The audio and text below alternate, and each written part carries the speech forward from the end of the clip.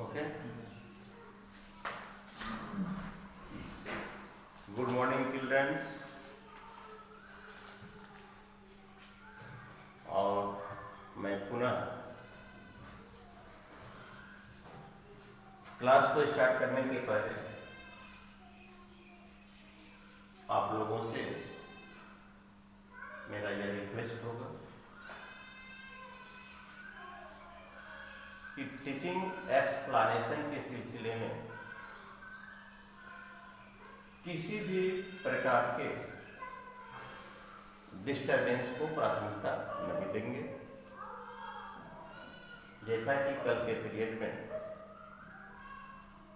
जब हमारा क्लास समापन की ओर जा रहा था तो क्लास स्टडी के एडेप्टेड तैयार करने के लिए आप लोगों को हम बधाई का पात्र कर गए थे।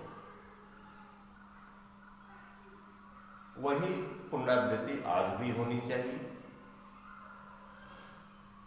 तो डियर स्टूडेंट्स, हम लोग अपने केमिस्ट्री के पिछले क्लास में फिजिकल प्रॉपर्टी ऑफ मेटल्स ये पढ़ चुके हैं। फिजिकल प्रॉपर्टी ऑफ मेटल पढ़ चुके हैं। आज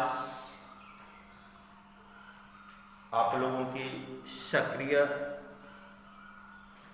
साझेदारी से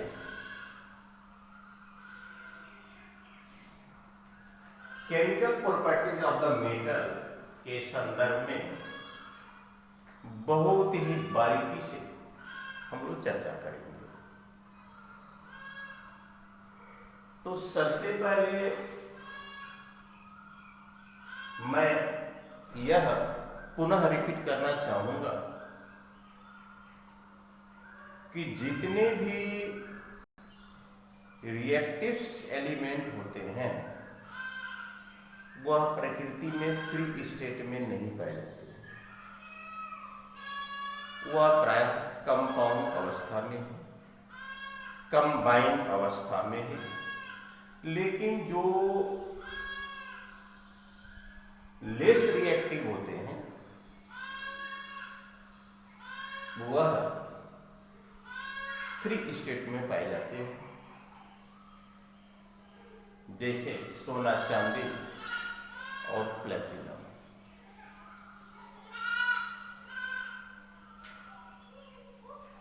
जितने भी मेटल्स हों या नॉन मेटल्स हों, हर संभव वह अपने टेंडेंसी को बनाए रखते हैं कि हम इस रसायन के दुनिया में एक सदा के लिए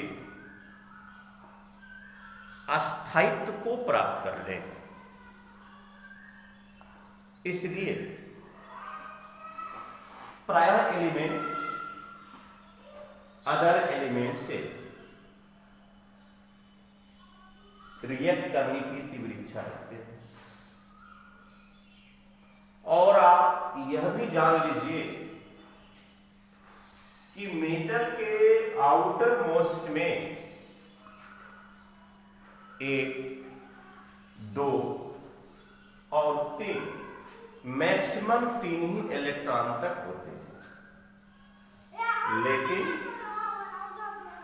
नॉन मेटल के आउटर मोस्ट आउटर ऑर्बिट में 4, 5 और 6 इलेक्ट्रॉन होते हैं। लेकिन समस्या यह है कि यह अपने अष्टक को पूरा करने के प्रति किस प्रकार एक्टिव होते हैं। एक एग्जाम्पल लिया जाए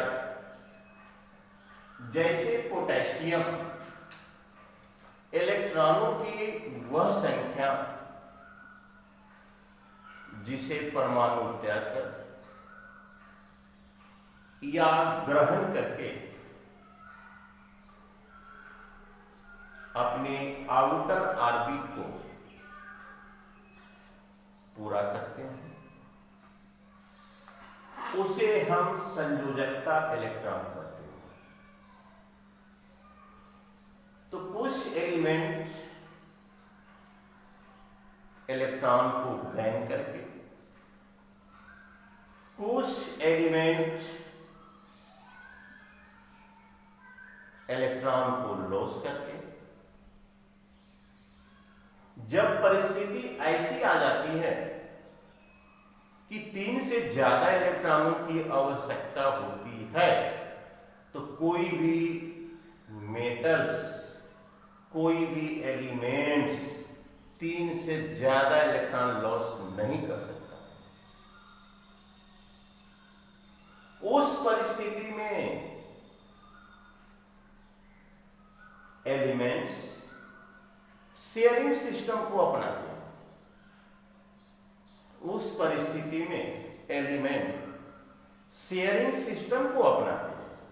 जैसे एग्जाम्पल के तहत कार्बन के आउटर मोस्ट में 4 इलेक्ट्रॉन होते हैं।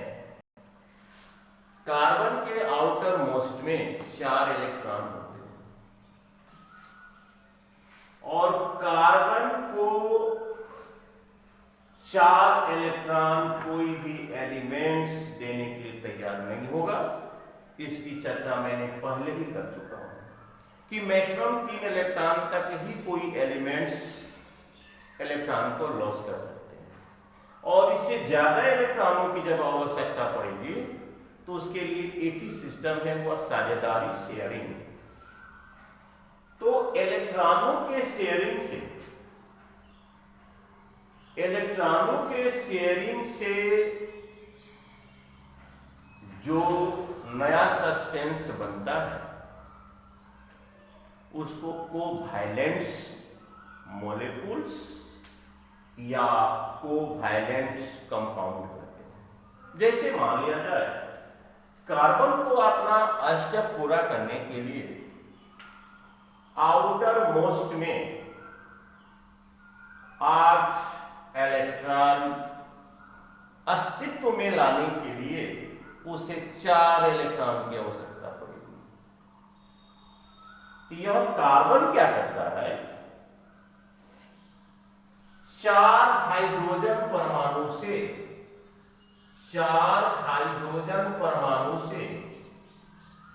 1 इलेक्ट्रॉन का साझा करता है। 4 हाइड्रोजन परमाणु से 1 इलेक्ट्रॉन का साझा करता है, जिससे हाइड्रोजन का भी स्टेप पूरा हो गया और ऑक्सीजन का भी, कार्बन का भी स्टेप पूरा हो गया। अब यह एक प्रकार के सैचुरेटेड संतृप्त कंपाउंड बन गए। चूंकि दोनों एलिमेंटों का ऑर्बिट, आउटर ऑर्बिट में 8 इलेक्ट्रॉन हो गए। चूंकि हाइड्रोजन के लिए मात्र 1 ही इलेक्ट्रॉन पर्याप्त है, चूंकि उसके नाभि के चारों तरफ एक ही ऑर्बिट होता है और फर्स्ट ऑर्बिट में हमने बताया था कि फर्स्ट ऑर्बिट में 2 ही इलेक्ट्रॉन मैक्सिमम एक्सिस में रह सकता है, इसलिए उसको मात्र 1 इलेक्ट्रॉन की आवश्यकता है। तो इसको हम लोग, इस व्यवस्था को कहते हैं electronic dot, electronic constructions, electronic dot कहते हैं। और इसको हम लोग, ये हो गया इलेक्ट्रॉनिक डॉट, इलेक्ट्रॉनिक डॉट हो गया। और ये हो गया स्ट्रक्चर फॉर्मूला, ये हो गया स्ट्रक्चर फॉर्मूला। स्ट्रक्चर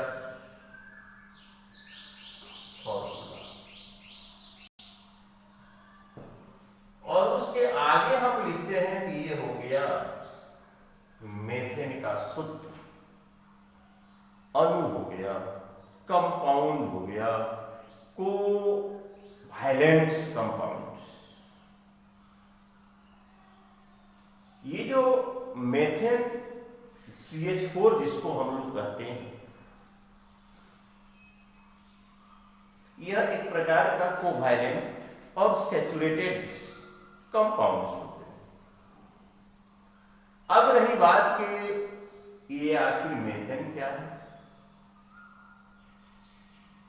हम लोग जिसके बारे में डीपली चर्चा करेंगे कार्बन एंड इट्स कंपाउंड।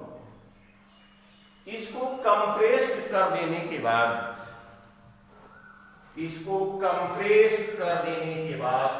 करते हैं CNG, कंप्रेस्ड नेचुरल गैस। जैसे अभी भी वर्तमान समय में बड़े बड़े महानगरों में इस CNG से ही स्वचालित इंजनों को चलाया जा रहा है, ताकि बढ़ते हुए पर्यावरणीय प्रदूषण पर सरकार कंट्रोल पा सके। अगर यह कोयले की खान में पाई जाती है, इसको फायर डैम कहते हैं। कोयले की खान में अगर पाई जाती है तो इसको फायर डैम कहते हैं। जिस समय इलेक्ट्रिसिटी का आविष्कार नहीं हुआ था, उस समय हमारे मजदूर लोग, हमारे कार्यकर्ता लोग कोयले की खान में दिया लेकर जाते थे या किसी भी प्रकार के प्रकाश के स्रोत को लेकर जाते थे। जब मेथेन गैस की उत्पत्ति होती थी तो पूरे खान उस आग की चपेट में आ जाती थी। वार्निंग घंटी बजते बजते जो मजदूर भाग जाते थे वह बच जाते थे, और जो उस आग की चपेट में पड़ गए वह बुरी तरह से घायल या उनकी मौत भी हो जाती। और जब यही गैस दलदली स्थानों में पाया जाता है, पंकीली जगहों पर पाया जाता है, जहां पर कि सड़े गले ह्यूमस वगैरह होते हैं, तो वहां पर इसको मार्स गैस, आपने मार्स गैस का नाम सुना होगा, इसको हम लोग वहां पर मार्स गैस कहते हैं। और इसको नेट एंड क्लीन फ्यूल्स भी कहते हैं। क्यों कहते हैं भाई? साफ सुथरा ईंधन इसको क्यों कहते हैं? क्योंकि सबसे पहले तो इसका कैलोरिक वैल्यू बहुत ही ज्यादा होता है, और जलने के पश्चात आफ्टर बर्निंग, जलने के पश्चात किसी प्रकार के वाष्प को यह नहीं देता है, और पर्यावरण भी प्रदूषित होने से बचता है। तो मार्स इसको साफ सुथरा गैस, आज के डेट में व्यापक पैमाने पर सरकार इस पर ध्यान देते जा रही है कि स्वचालित इंजनों में CNG को ही प्राथमिकता दी जाए, CNG को ही प्राथमिकता दी जाए, ताकि हमारे बढ़ते ऊष्मीय वैश्वीकरण पर नियंत्रण पाया जा सके।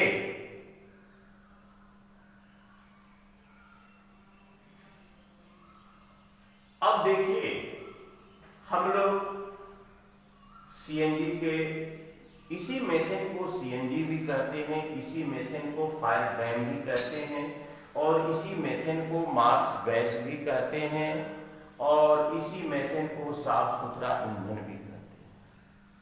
लेकिन अब एक प्रश्न है कि मेथेन का caloric value, what is the caloric value of the methane is high. इसका कैलोरिक वैल्यू अधिक क्यों होता है?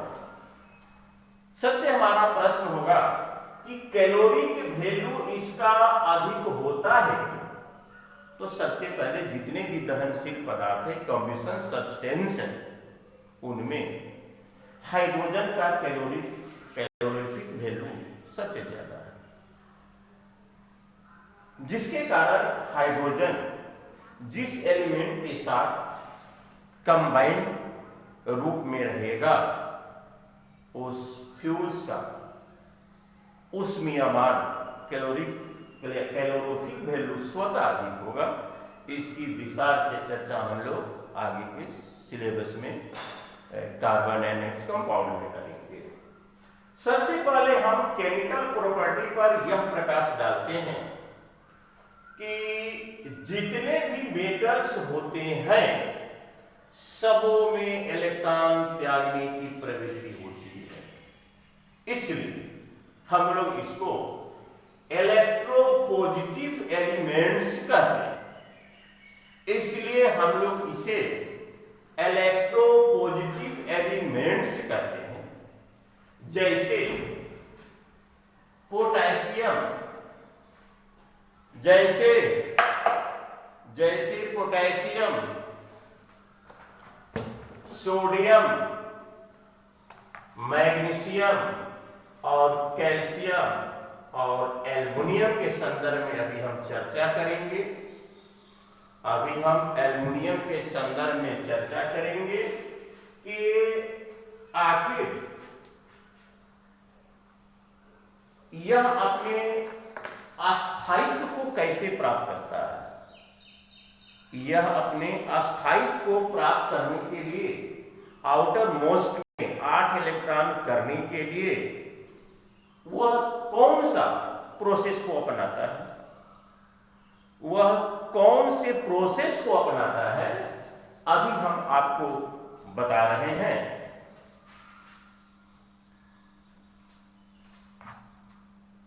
अभी हम आपको बता रहे हैं, जैसे किया जाए सोडियम,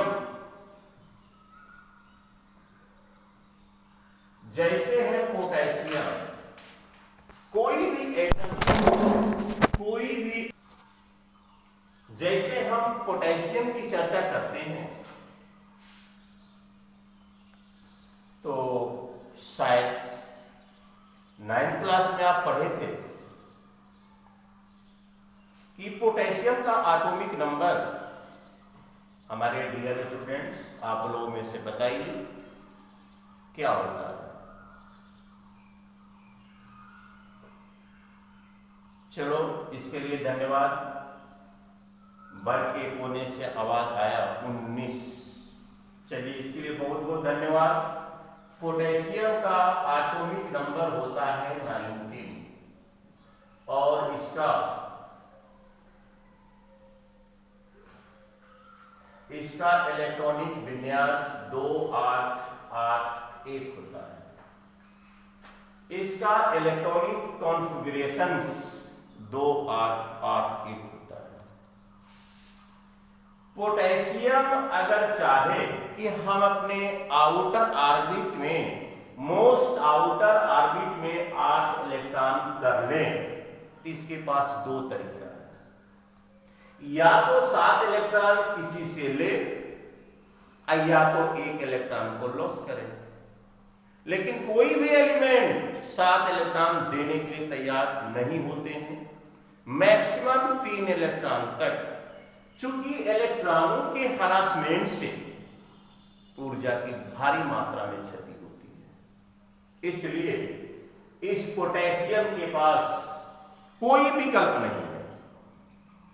इस पोटेशियम के पास कोई विकल्प नहीं है। उस परिस्थिति में इसको क्या करना होगा? 1 इलेक्ट्रॉन लॉस करना होगा।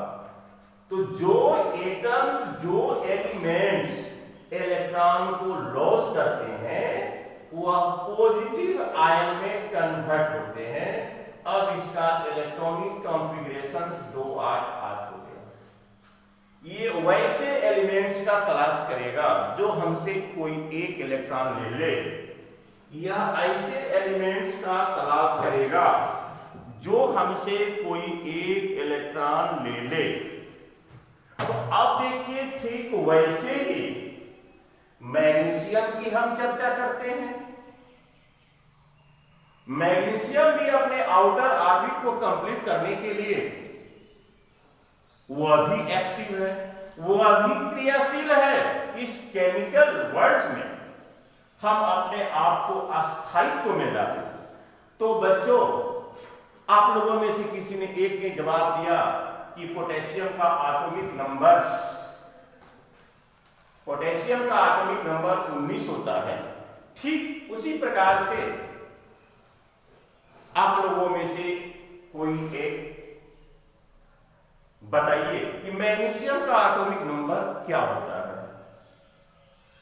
चलिए, क्लास के दूसरे छोर से आवाज आई 12। इसका मतलब है कि आपको 9th क्लास में बहुत ही भली भांति इस संदर्भ में परिचित हो चुके हैं। तो जब मैग्नीशियम का 12 होता है तो मैंने KLM के संदर्भ में समझा चुका था। इसका होता है 282 इलेक्ट्रॉनिक विन्यास 282, जो कि मैं विगत क्लासों में इसकी चर्चा कर चुके थे कि इलेक्ट्रॉनिक कॉन्फ़िगरेशंस कैसे लिखा जाता है। तो बच्चों, अब आप लोगों में से ये बताइए कि आखिर मैग्नीशियम को अपने आउटर मोस्ट में 8 इलेक्ट्रॉन रिक्वायर करने के लिए क्या करना होगा। जैसा कि मैंने पोटेशियम के साथ बताया। बताइए, हम 1 मिनट का समय दे रहे हैं। क्या आप लोग इस प्रश्न को जवाब देने में सक्षम हैं? चलिए हाथ उठाइए, हैंड अप। कितने लोग सक्षम हैं? चलिए, करीब 50% लोगों ने इसके समर्थन में हाथ उठाया। चलिए, बहुत बहुत धन्यवाद। अब देखिए, मैग्नीशियम को आउटर मोस्ट को कंप्लीट करने के लिए 2 ही तरीका है। या तो मैग्नीशियम क्या करे, 6 इलेक्ट्रॉन गेन करे, या तो 2 इलेक्ट्रॉन लॉस करे। मैग्नीशियम या तो 6 इलेक्ट्रॉन गेन करे या तो 2 इलेक्ट्रॉन लॉस करे।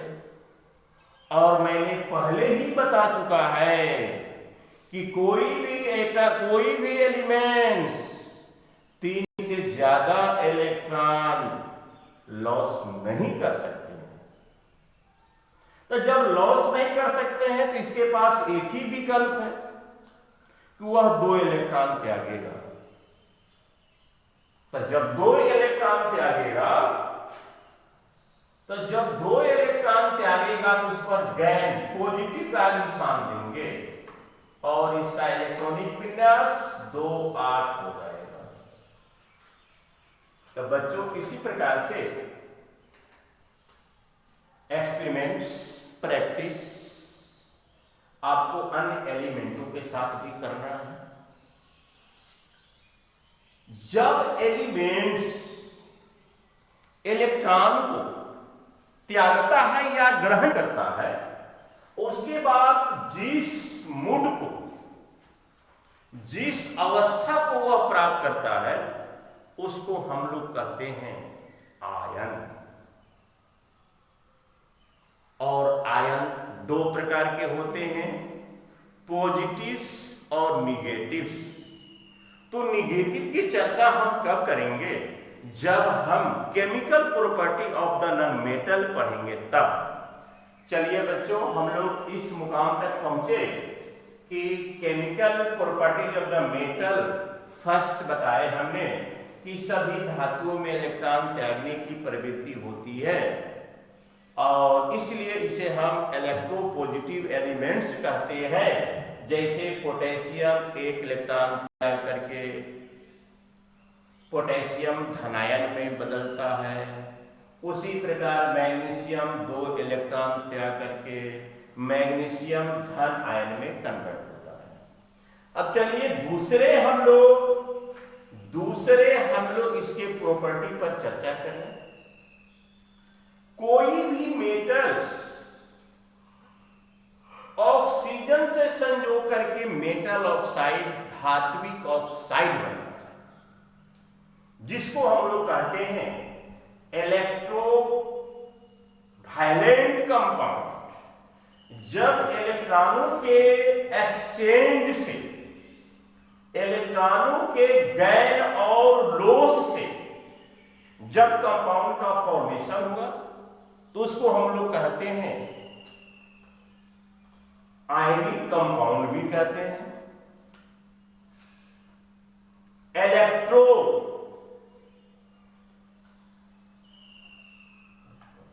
आयनिक कंपाउंड भी कहते हैं, इलेक्ट्रो वायलेंस कंपाउंड भी कहते हैं, इलेक्ट्रोवायलेंट कंपाउंड भी कहते हैं।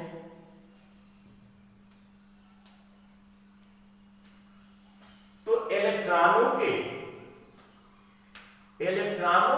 एक्सचेंज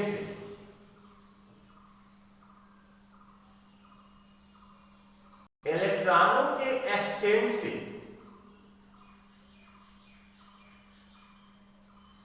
जो कंपाउंड फॉर्म होता है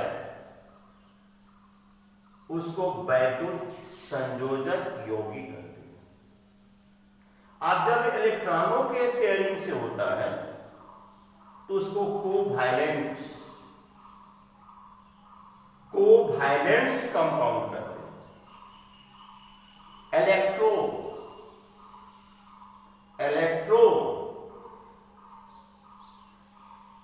कोवैलेंस वैद्युत संयोजक यौगिक।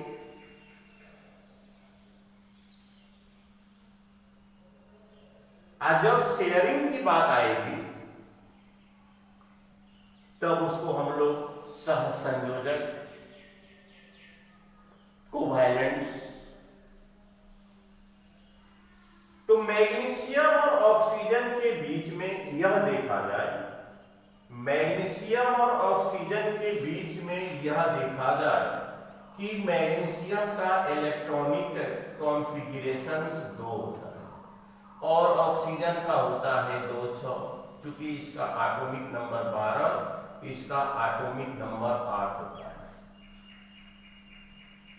मैग्नीशियम को ऐसे एटम का तलाश है, ऐसे एलिमेंट्स का तलाश कि जो हमसे 2 इलेक्ट्रॉन ले ले, और ऑक्सीजन को वैसे एलिमेंट्स का तलाश है कि जो हमको 2 इलेक्ट्रॉन दे दे, वैसे एलिमेंट्स का तलाश है कि जो हमको 2 इलेक्ट्रॉन दे दे।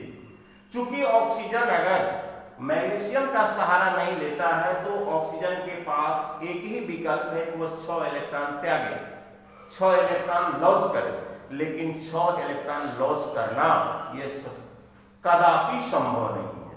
इसलिए यह मैग्नीशियम क्या करता है, 2 इलेक्ट्रॉन त्यागता है और ऑक्सीजन इस 2 इलेक्ट्रॉन को गैन करता है। नतीजा यह होता है कि मैग्नीशियम पर धन आयन और क्लोरीन पर, ऑक्सीजन पर ऋण आयन बनता है। अब दोनों के बीच में एक प्रकार का अट्रैक्शन फोर्स जनरेट होता है, चूंकि निगेटिव और पॉजिटिव साइन, और दोनों आपस में मजबूती से बंध जाते हैं, दोनों आपस में मजबूती से बंध जाते हैं, जिसको कि हम लोग कहते हैं मैग्नीशियम ऑक्साइड्स। यह एक प्रकार का आयनिक कंपाउंड है, यह एक प्रकार का आयनिक यौगिक है, यह एक प्रकार का वैद्युत संयोजक यौगिक है। चूंकि इलेक्ट्रॉनों के एक्सचेंज से, इलेक्ट्रॉनों के आदान प्रदान से इस कंपाउंड का फॉर्मेशन हुआ। तो आप देखिए बच्चे कि मैग्नीशियम या कोई भी मेटल ऑक्सीजन से संयोग करके मेटल ऑक्साइड, धात्विक ऑक्साइड बनाता है, और इसका इलेक्ट्रॉनिक डॉट भी आप दिखा सकते हैं। किसने इलेक्ट्रॉन को गेन किया, किसने इलेक्ट्रॉन को लॉस किया। जो गेन किया उस पर पॉजिटिव दीजिए जो रिसीव किया उस पर निगेटिव लीजिए। अब रहा चर्चा ठीक उसी प्रकार कॉपर ऑक्सीजन से संयोग करके कॉपर ऑक्साइड बनाता है। कॉपर के ऊपर एक ब्लैक कोटेड बैठ जाता है। एल्युमिनियम ऑक्सीजन से संयोग करके एल्युमिनियम ऑक्साइड बनाता है। एल्युमिनियम ऑक्साइड की एक परत उसके ऊपर बैठ जाती है। सोडियम ऑक्सीजन से संयोग करके सोडियम ऑक्साइड बनाता है। पोटेशियम ऑक्सीजन से संयोग करके पोटेशियम ऑक्साइड बनाता है। तो बच्चों मैं यह बता देना चाहता हूं कि जब एल्युमिनियम ऑक्सीडाइज हो जाता है, जब एल्युमिनियम ऑक्सीडेशन की अभिक्रिया में भाग लेता है, उसके ऊपर एक ऑक्साइड की लेयर बैठ जाती है, तो फिर भी इसका उपयोग किचन कंटेनर्स में या विभिन्न प्रकार के कंटेनर्स में हम क्यों करते हैं? क्योंकि एल्युमिनियम तो एक रिएक्टिव मेटल है। क्लाइमेट वायुमंडल से ऑक्सीजन से संयोग करके एल्युमिनियम ऑक्साइड यानी एल्युमिनियम के ऊपर एक ऑक्साइड की परत बैठ जाती है, जिसका संपर्क ऑक्सीजन से तोड़ देता है और ऑक्सीडेशन की प्रक्रिया रुक जाती है। यही कारण है कि एल्युमिनियम रिएक्टिव होने के बावजूद भी इसका उपयोग किचन कंटेनर में होता है। इसका उपयोग किचन कंटेनर में होता है। अब देखिए, जो मैंने ऑक्साइड बनाया तो दूसरा हमारा केमिकल प्रॉपर्टी जो हुआ कि मेटल ऑक्सीजन से संयोग करके मेटल ऑक्साइड बनाते हैं। एक का एक्सप्लेनेशन आप सही ढंग से समझ जाइए, उसके बाद सबों का ऑटोमेटिक कर सकते हैं। मैग्नीशियम के आउटर मोस्ट में 2 इलेक्ट्रॉन और ऑक्सीजन के आउटर मोस्ट में 6 इलेक्ट्रॉन।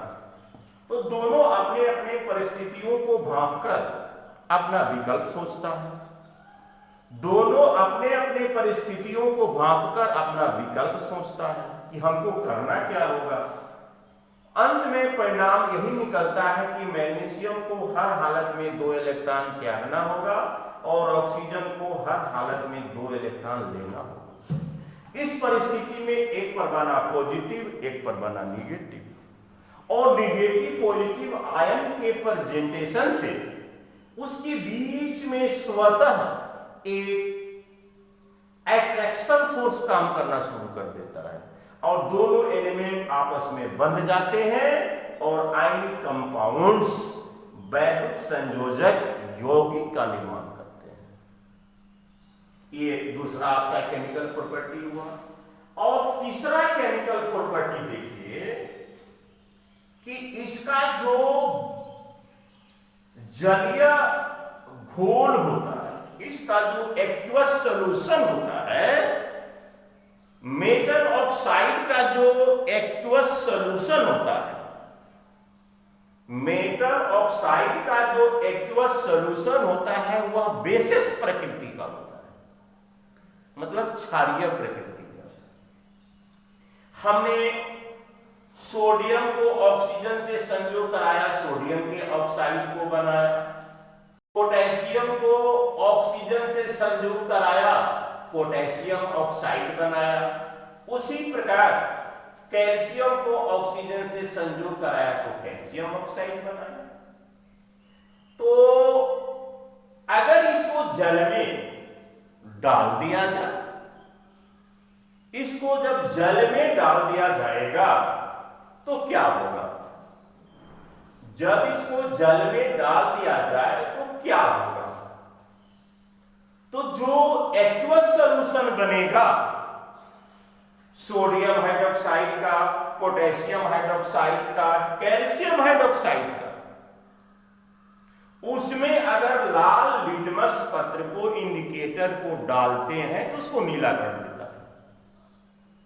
अगर हम सेल्फ टेस्ट इसको जांच अगर करते हैं, अपने रिजल्ट का आकलन निकालते हैं, अगर सारे घोल में लाल लिटमस को डालते हैं तो उस लिटमस को नीला कर देता है। इसका मतलब जो मेटल ऑक्साइड के जो एक्वस सॉल्यूशन होते हैं, जो मेटल ऑक्साइड के एक्वस सॉल्यूशन होते हैं, वह बेसिस प्रकृति की होती है, क्षार प्रकृति की होती है। इस सिलसिले में डियर स्टूडेंट्स एक बात और बताना हम चाहता हूं कि आपने जो कैल्शियम ऑक्साइड का नाम सुन रहा है, चूंकि हम लोग इससे पिछले क्लास से ही परिचित हैं, यह प्रकृति में कैल्शियम कार्बोनेट के रूप में प्रेजेंट रहता है। जब उसको हम लोग हीटिंग डिकम्पोज करते हैं तो कैल्शियम ऑक्साइड प्राप्त होता है, जो कि मार्केट में उपलब्ध होता है। किसी फंक्शन पर दीवार की लाइफ को बढ़ाने के लिए हम लोग क्या करते हैं, चूना का पुताई करते हैं। वही चूना यह है कैल्शियम, इसको कि हम लोग प्रचलित नाम केमिस्ट्री में कैल्शियम ऑक्साइड। आज जब इसमें हम जल डाल देते हैं तो यह एक्सोथर्मिक रिएक्शन को रिप्रेजेंट करता है, भारी मात्रा में ऊष्मा उत्पन्न होती है।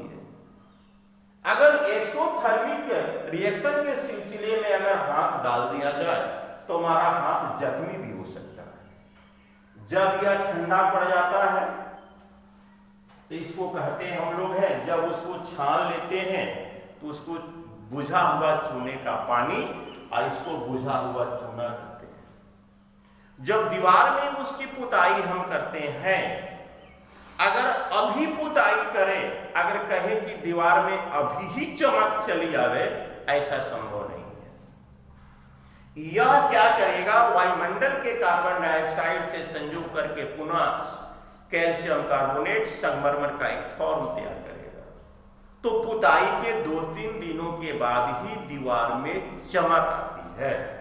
तो बच्चों पुनः मैं रिपीट कर रहा हूं, इसकी पुनरावृत्ति कर रहा हूं कि मेटल में इलेक्ट्रॉन त्यागने की प्रवृत्ति होती है, जैसा कि मैंने एग्जाम्पल में दिया है। मेटल ऑक्सीजन से संयोग करके मेटल ऑक्साइड बनाते हैं, आयनिक कंपाउंड बनाते हैं, जैसा कि मैंने इक्वेशन में दिया है। और नंबर 3, मेटल के ऑक्साइड का जो एक्वस सॉल्यूशन होता है वह बेसिस प्रकृति का होता है। अब चलिए, अब हम आगे बढ़ते हैं। कुछ जैसे है एनोडाइजिंग, एनोडीकरण। तो एनोडाइजिंग का मतलब होता है किसी मेटल पर ऑक्सीजन के लेयर को जमा देना। ऑक्सीजन के लेयर ऑक्सीजन जब जमेगा तो उस मेटल से संयोग करके मेटल ऑक्साइड बनाएगा। यह खासकर एल्युमिनियम के साथ देखा गया है। अगर एल्युमिनियम के ऑक्साइड को कोट करना है, कोटेड करना है, तो हम लोग क्या करते हैं, शुद्ध एल्युमिनियम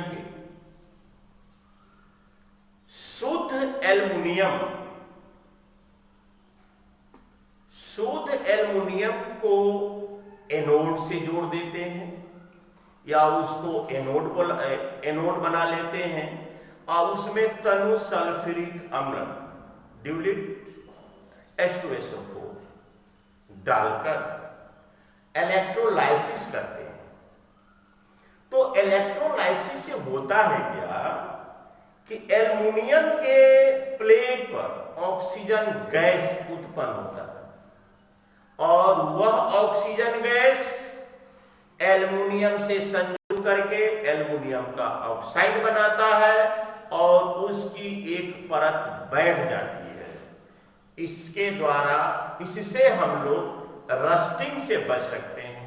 यह एक एनोडाइजिंग जो प्रक्रिया है वह मेटल ऑक्साइड बनाने की प्रक्रिया है। एनोडाइजिंग जो प्रक्रिया है वह मेटल ऑक्साइड बनाने की प्रक्रिया है। तो मेटल जो ऑक्साइड होता है, खासकर यह एल्युमिनियम के साथ में, खासकर यह एल्युमिनियम के साथ देखा गया है कि यह सबसे उपयोगी होता है संक्षारण से बचाव में। ये सबसे ज्यादा संक्षारण से बचाव में इस युक्ति की, इस प्रोसेस का उपयोग किया जाता है। अब देखिए, अगर आपसे यह हम एक बार पुनः चर्चा किए थे, जो बच्चे आज प्रेजेंट थे इसको 2 बार रिपीट करेंगे।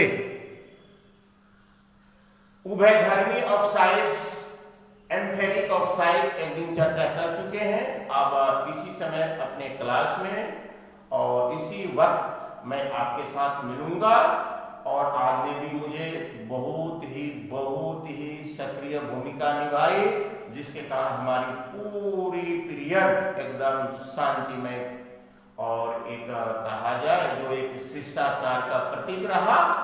इसके लिए हम अपने सभी बच्चों को बधाई देते हैं।